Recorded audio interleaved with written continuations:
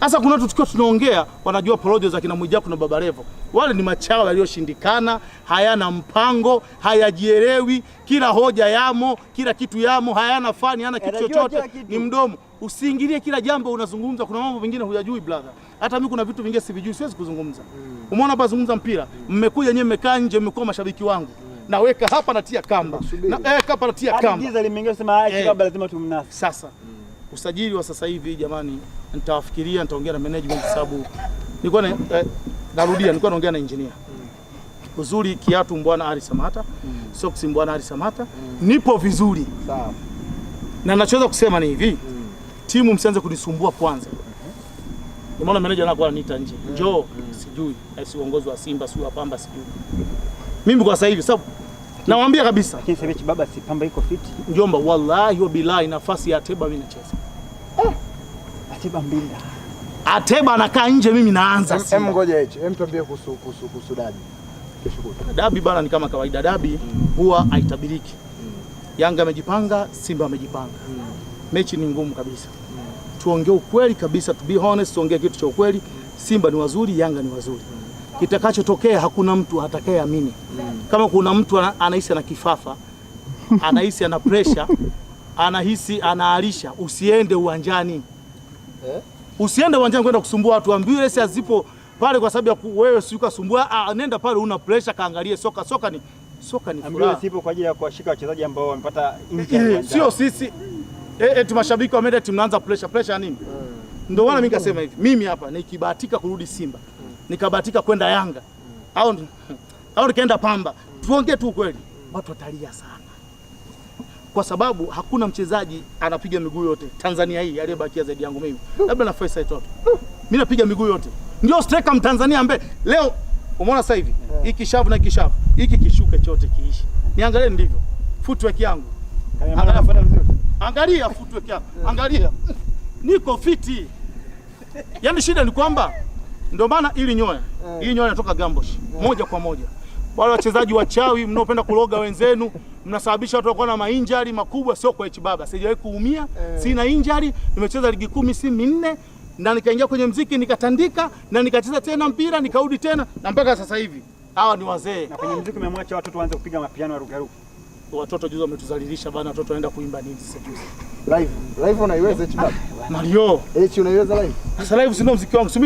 Mimi ndio mwenye yaani kibaba. Bongo Bolingo Flavor. Mimi ndio mwenye stage yangu. Yaani ile jukwaa lote lile ulioliona. Ndio la kwangu. Roho mbaya. Hatujakuona kibaba. Kwani umetufanyia hivi? Ndugu. Unatoka Mwanza utapanda pale. Tuongee ukweli sasa, to be honest. Wa Mwanza nani pale ulimuona? Hata Vanilla sijamuona. Kuna mdada pale. Aitwa Seven Mosha.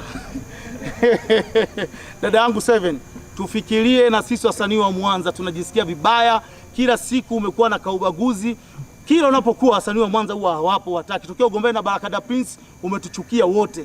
Usituchukie, nafasi kama zile ni za kwetu sisi. Angalia wameenda kuaibisha taifa sasa, mdogo wetu kaenda kuaibisha, lakini Diamond kafanya vizuri. Diamond kaua. Kapiga bonge moja la show sijawahi kuona. Alafu na Harmonize kafanya kitu kizuri sana. Sana nilipenda kile walichokifanya. Tuongee ukweli. Bien nataka tuwafafanulie hapa. Bien ni mwanamuziki mzuri sana. Kwenye live ni mzuri sana, ila mjanja na akili. Aliona Mario kaanza na kucheza, akajua huyu akianza kuimba pumzi lazima ikate. Unajua dogo zetu, mimi Mario shaka naye chini, nishamwambia sana. Ananichukia sasa hivi kwa sababu ya kumwambia ukweli. Ameniblock na kuniblock. Nimwambie tu mdogo wangu, unajidanganya. Katika mtu ambaye hafikiri sijui na mblock sijui kuwaza ni mimi, huyu usijidanganye. Hujui kuimba live, kaa chini. Sisi tunajua tukuelekeze kaka zako. Kama ulivyokuwa unatuomba zamani. Siku hizi umekuwa na kiburi, unajifanya mjuaji, unajua kuimba studio akinaba akikuwekea auto tune usifikiwe ni mwanamuziki mdogo wangu. Kaa na sisi kuonyeshe, ndio maana TID aliwaambia watoto wakiweka mablichi wanakuwa na makelele mengi. Ni ukweli. Msifikiri anaongea tu kwa kulopoka. Hapana, tunaumia sababu huu muziki unauharibu. Unaenda kutuzalilisha sisi. Bien kakuvizia. Wajifanya unajua kucheza, usijifanye unajua kucheza kwenye trace. Ile ndio imemkata pumzi. Hiyo tuachie sisi. Echi baba tukirudi hapo nasikia shika break. Shika break. Pumzi iko pale. Sio shika break.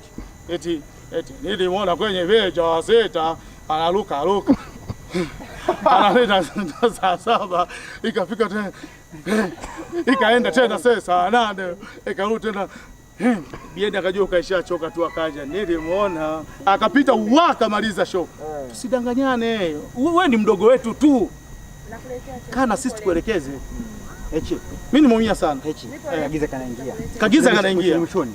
Tafuta muda mzuri kabisa, lakini mwishoni kuna mdogo wako kutoka Mwanza, Vanilla Music. Yep. Uliona kabisa alikuwa na nafasi ya kuweza kuperform kwenye Fresh?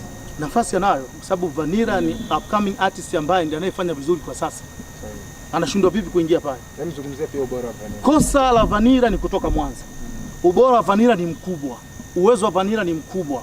Tokea kaanza kutoa ngoma, kila ngoma ni hit baada ya hit.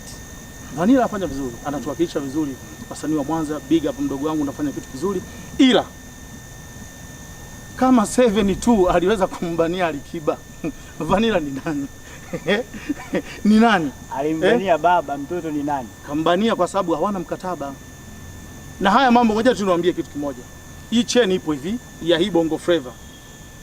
Haki ya Mungu na hapa nimefunga leo mwezi mkuu Ramadhani na niko hapa natamka hivi.